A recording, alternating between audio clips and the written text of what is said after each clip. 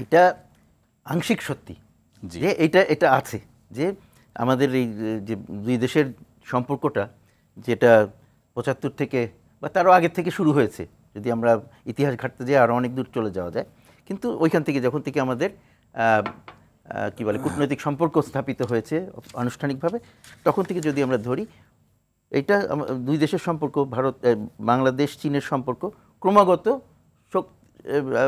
কি বলা যায় স্ট্রেংথ থেকে স্ট্রেংথে গিয়েছে, আর শক্ত হয়েছে প্রতিদিন, উন্নত হয়েছে প্রতিদিন। এখন এসে এই ভাবনাটা কেন? না বলছি, এটা না বললে তো এটা বোঝা যাচ্ছে না, তাই না?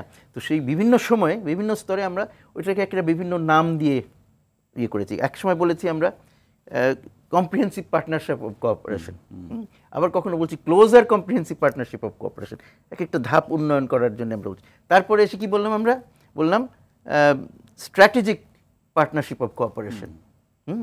এখন আমরা এটাকে নতুন ধাপ, এই ধাপগুলোর এগুলো কিছুটা আছে যে আমাদের একটা অ্যাসপিরেশনাল ব্যাপার, যে এটা করতে চাই আমরা, কিন্তু ওইখানে ঘোষণা করা, যেমন এখন বলা হচ্ছে comprehensive strategic partnership of cooperation. মানে এটাই কি আসলে চীনের কৌশলটাই এটা কিনা? চীন বিভিন্ন দেশের সাথে বিভিন্নভাবে এটা করে, আমরাও করেছি। এই যে স্ট্র্যাটেজিক যখন চীনের সাথে হয়ে গেল, তখন দেখা গেল যে ভারতের সাথেও আমরা স্ট্র্যাটেজিক সম্পর্ক স্থাপন করলাম। তারপরে জাপানের সাথেও আমরা বললাম স্ট্র্যাটেজিক সম্পর্ক। এখন এর মধ্যে ম্যাক্রো যখন এসেছিলেন, তখন বলা হয়েছিল ফ্রান্সের সাথেও একটা স্ট্র্যাটেজিক সম্পর্ক। চীন সাধারণত ঋণ বা সহায়তা দিয়ে শুরু করে, এরপরে তার যে মূল বৈশিষ্ট্য সেটি ধীরে ধীরে প্রকাশ পায়, এই প্রশ্নটি ছিল।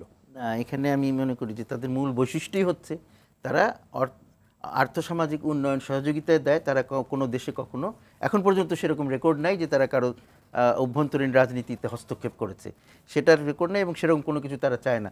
একটি কথা বুঝতে হবে এখানে, যে তারা যে সহযোগিতাগুলো করে, বিনিয়োগ করে, ঋণ দেয়, এগুলোর মাধ্যমে তারাও তো লাভবান হয়।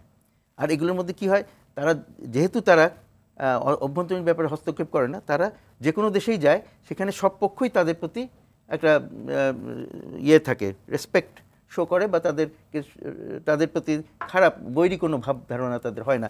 কিন্তু যদি বাইরের থেকে যে এগুলো সুযোগ নিয়ে একটা ঋণ দিল, তারপরে আমাদের উপর বিভিন্ন রকমের যদি শর্ত চাপিয়ে দেওয়ার চেষ্টা করে, বা বিভিন্ন রকমের নীতি ইয়ে করার চেষ্টা করে, সেটা কিন্তু বেশিরভাগ দেশই পছন্দ করে না, আমরাও করি না। সুতরাং চীন এখন একটা ভালো অবস্থানে আছে। তারা যদি এখন এই যে তাদের বন্ধুত্বের সুযোগ নিয়ে বা ইয়ে নিয়ে যদি তারা অভ্যন্তরীণ ব্যাপারে রাজনীতিতে হস্তক্ষেপ করতে যায় বা বক্তব্য রাখতে যায়, সেটা নিশ্চয়ই লোকে পছন্দ করবে না, এবং তার ফলে তার ক্ষতি হবে। তো চীনের যে ভাবমূর্তি, সেটাও ক্ষতি হবে, এবং চীনের স্বার্থের ক্ষতি হবে। সুতরাং চীন কেন সেটা করতে যাবে? তারা একটা ভালো অবস্থানে আছে, বরং অন্য যারা আমাদের সাথে সহযোগী আছে, তারা যদি চীনকে দেখে শেখে, তাদেরও লাভ, আমাদেরও লাভ। অসংখ্য ধন্যবাদ।